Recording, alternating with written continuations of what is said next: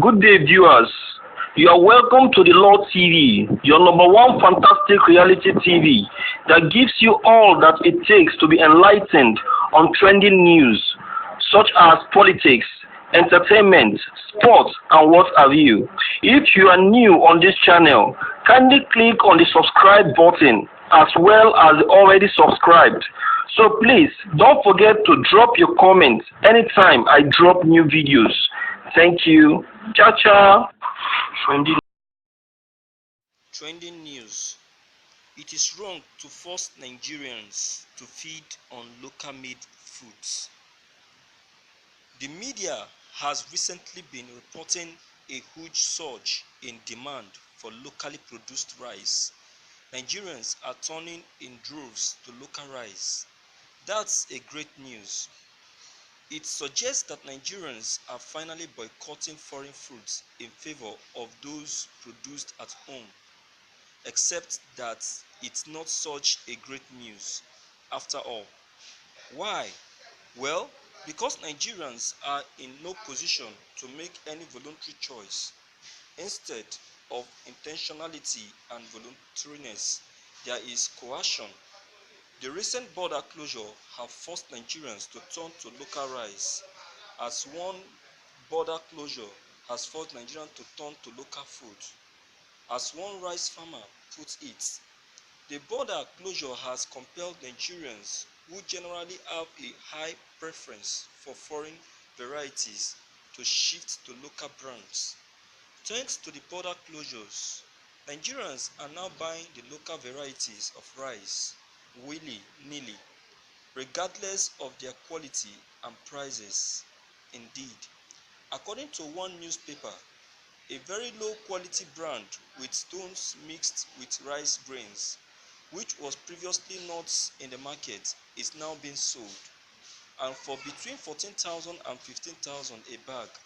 Before the border closures, Nigerians could buy low cost and high quality Thai rice, but now they are forced to buy and consume rice mixed with stones. Put bluntly, the government is force-feeding Nigerians with poor quality local feeds, which defies the Food and Agriculture Organization definition of food security, adequate access to food in both quality and quantity. The declared goal of the border closure is to curb smuggling, but the social cost in terms of the impact on the quality of life of ordinary Nigerians are a price not worth paying.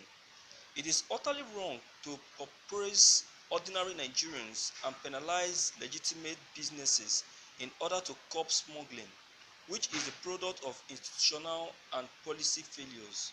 The Financial Times recently said that prices of food staples have risen steeply since the border closures. Food costs account for about 60% of the average households spending in Nigeria, and more than half of the population lives in poverty. Yet the border closure have doubled the price of rice, the most important staple. It's indefensible. Of course, the government's aim is to achieve self-sufficiency in food production, and its policy too, apart from pumping money into farming, is to ban food imports and force Nigerians to buy local foods. President Muhammadu Buhari has repeatedly said that Nigerians must eat what they grow and grow what they eat, and the central bank governor, Godwin Emefiele, who propels the import substitution agenda, would use any blunt instrument, including forex ban, to force Nigerians to buy local foods, particularly rice. Indeed, he was so miffed by Nigerians' attitude to local rice that he once asked, "Why should we import rice when we know that across the rice belt of this country, hundreds of thousands of metric tons of paddy rice are piling up and cannot be sold?" Well, even an A-level economics student should know the answer to that question. Nigeria focuses on production and not productivity. A farmer can produce hundreds of thousands of metric tons of rice, but can be producing them productively and efficiently.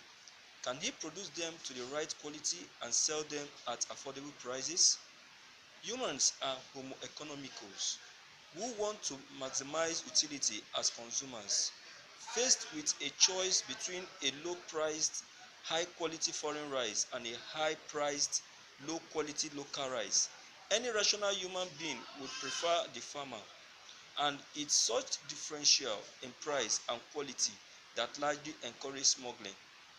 In a recent paper titled The Ineffectiveness of Buy British Campaigns, the author David Clayton and David Higgins argue that consumers generally prefer domestic to foreign products. However, they added, but when price, quality and product country images are taken into account, the country of origin effect is weakened considerably. In other words, generally speaking, Nigerians will voluntarily buy local products if the prices and qualities are right, but if they are not, well, as homo economicals, Nigerians will generally not buy local made products unless, as now, they are coerced into doing so. The lesson is thus clear. Nigeria may close its land borders today and succeed in curbing smuggling, as the current border closures seem to have done. But if it opened the borders tomorrow without addressing the underlying institutional and policy problems, smuggling would resume. But how long would Nigeria close its land borders without doing irreversible damage to its vast informal sector, which at 65% is, according to the Financial Times, the largest in sub-Saharan Africa? What about legitimate businesses, including the export sector, that are affected by the border closure? And what about the social and human cost in terms of the impact on ordinary Nigerians? There are, of course, those who see this issue purely through the prism of patriotism. To them, buying Naija is a patriotic thing to do. Indeed, President Buhari once said that manufacturers who use local materials are patriotic Nigerians who believe in Nigerians, which suggests that those who use imported raw materials despite the quality and prices are not patriotic. But I take liberally democratic and liberal economic perspectives. I mean only in authoritarian communist countries like North Korea, as citizens forced to eat and wear only what the state allows. That shouldn't happen in a liberal democracy. Secondly, only in free market economy where preferences are transmitted through individual choices rather than in a command economy where the state alone allocates resources can industries adapt, innovate and become both efficient. Truth is, closing land borders to force Nigerians to buy local food products won't enhance general welfare or promote economic efficiency. What's more, is tantamount to force feeding Nigerians with state-sanctioned foods. Sadly, that paints Nigerians as an authoritarian communist state, not a liberal democracy and market economy. Yet, its future lies in being the latter, not the former. Thank you for listening to this news. Viewers, what's your take on this news? Please don't forget, your comment concerning this news are of great importance. Don't forget to leave your comment behind. Click on the subscription buttons as well as bell buttons to receive more updates. Thank you.